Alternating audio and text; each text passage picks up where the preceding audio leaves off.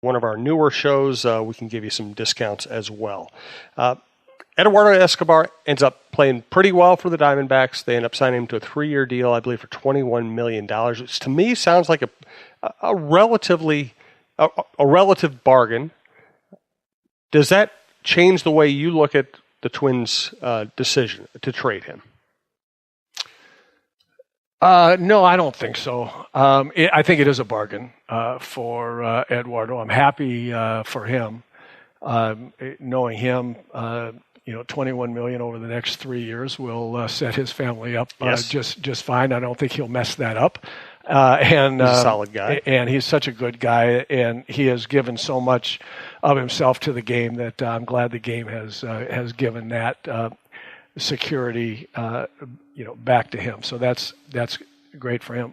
I still am in the camp of I'm in the Falvey Levine camp still in this way. I think they need players up and down the system. I really do. They just half of it, not half of it. One part of that equation they began to address this last year by getting 9 or 10 or 11 minor league players for the guys they traded away, and they come into the off season here not having Joe Mauer's big contract. And having some money to spend and having more players in the minor league system, some of whom may actually work, right? So, that's happened. The other half is going to be the draft. They can't mess up on the draft anymore. When they draft, for the next 5 years, those 5 number one, first round picks have to be players. They have to figure that out, and hopefully some of those, maybe a majority of those, will be pitchers because they haven't done well with that in decades.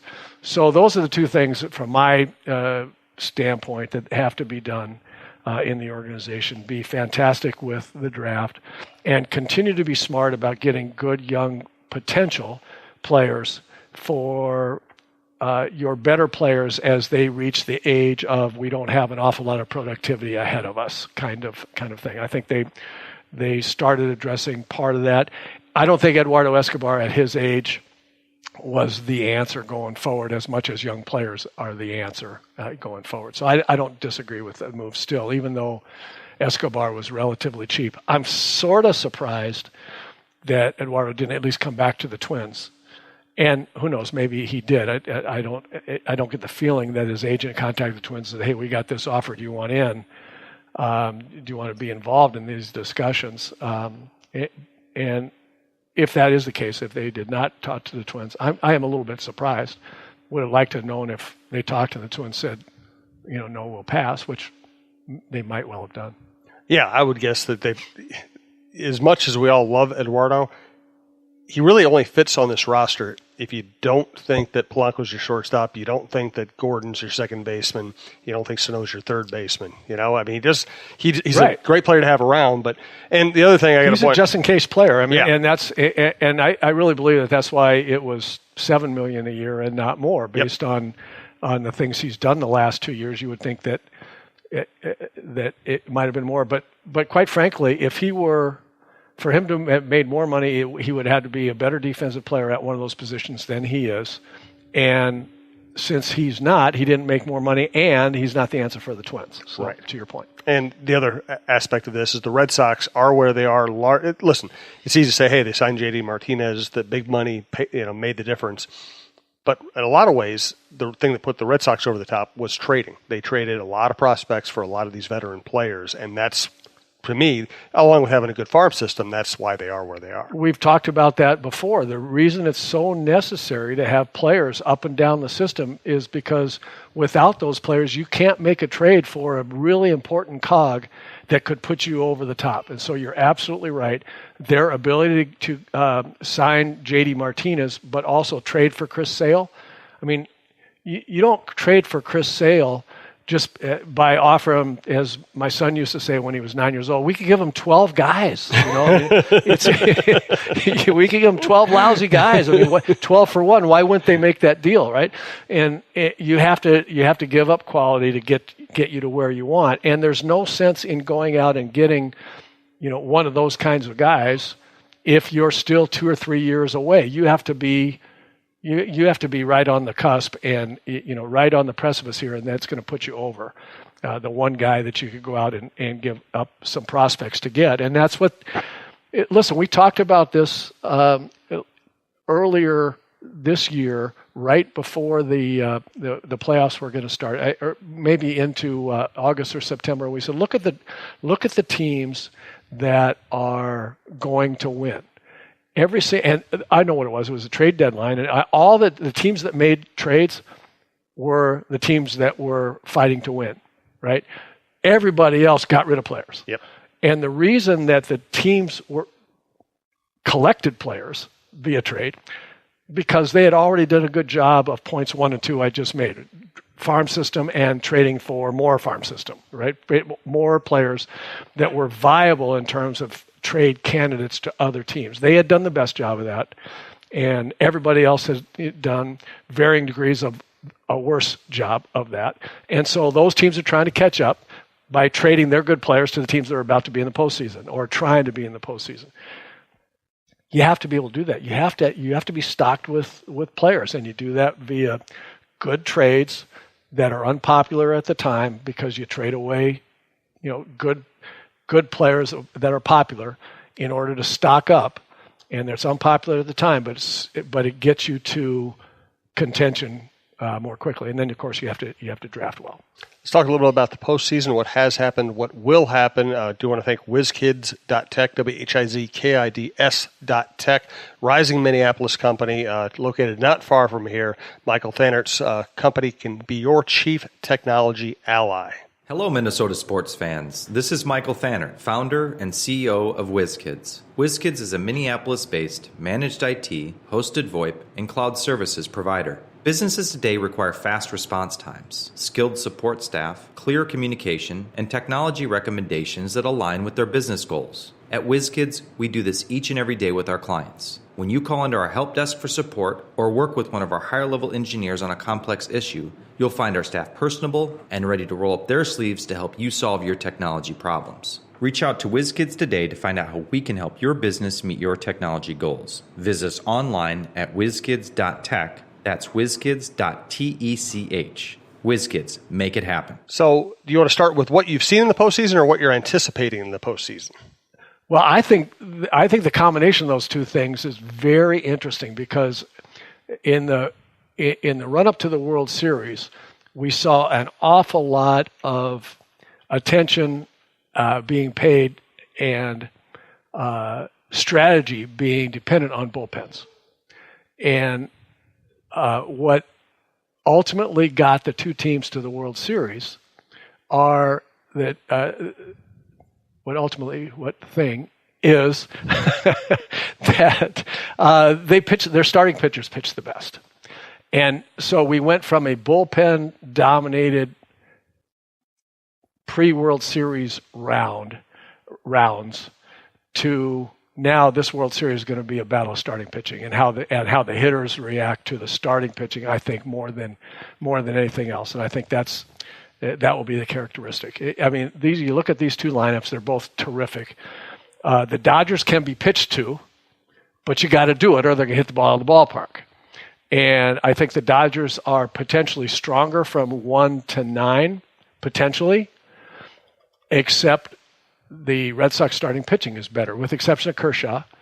The Red Sox starting pitching and their relief to get to the closer the combination is better than the Dodgers. And the Red Sox are absolutely no slouch at the plate. So it's just the classic, how do the starting pitchers pitch against each lineup, and which of the guys, the really big guys, are Mookie Betts and J.D. Martinez going to be the standouts? If they aren't, Red Sox have very little chance. But even if they are, who are the guys that are going to support them? And I kind of think that Xander Bogaerts needs to have a big series, and I think the Red Sox first basemen need to have a big series. Pierce against the left-handers, and the left-hander against the right-handers. And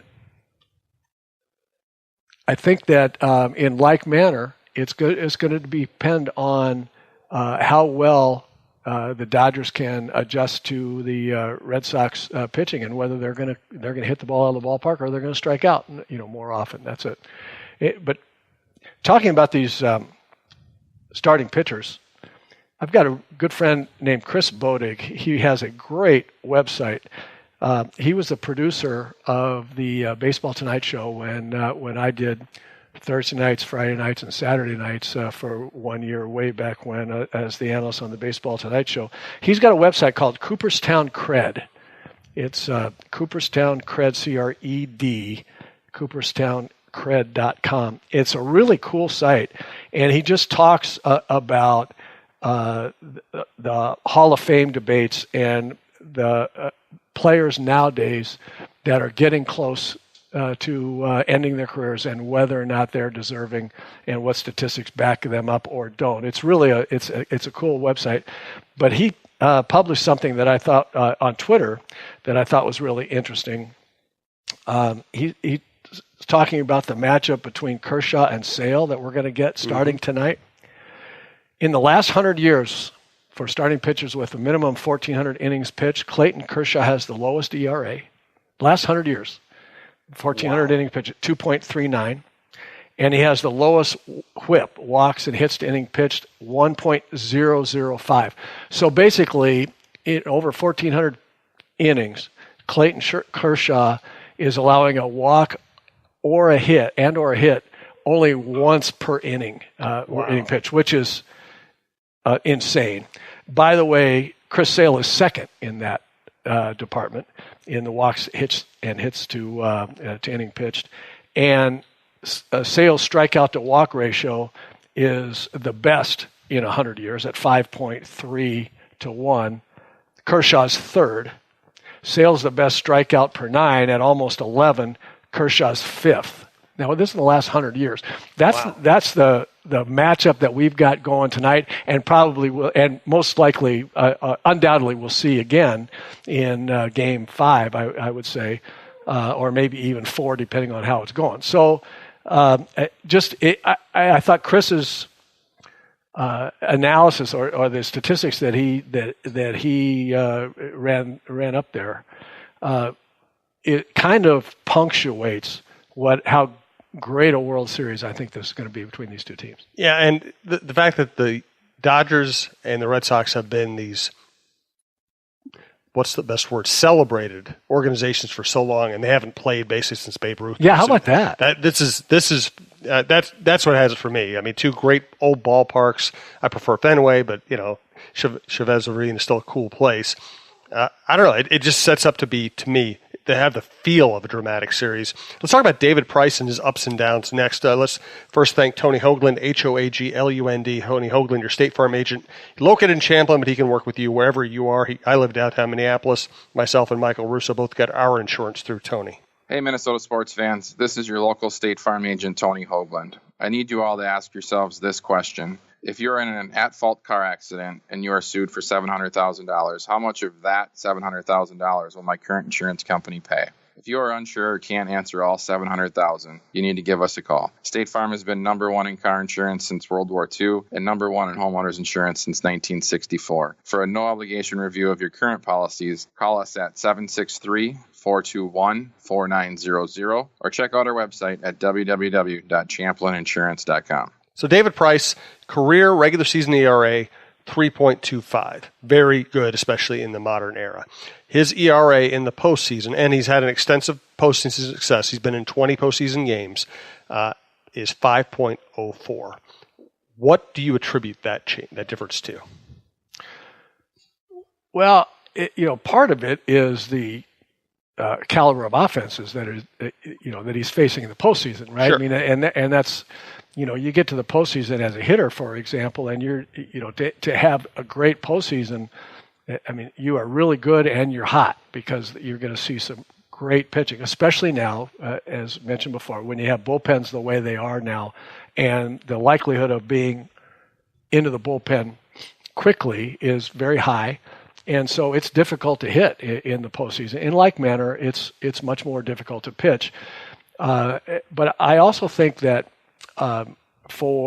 we've seen it's Kershaw has not pitched his best in the postseason. I was just going to say, I was looking it up. His regular season ERA is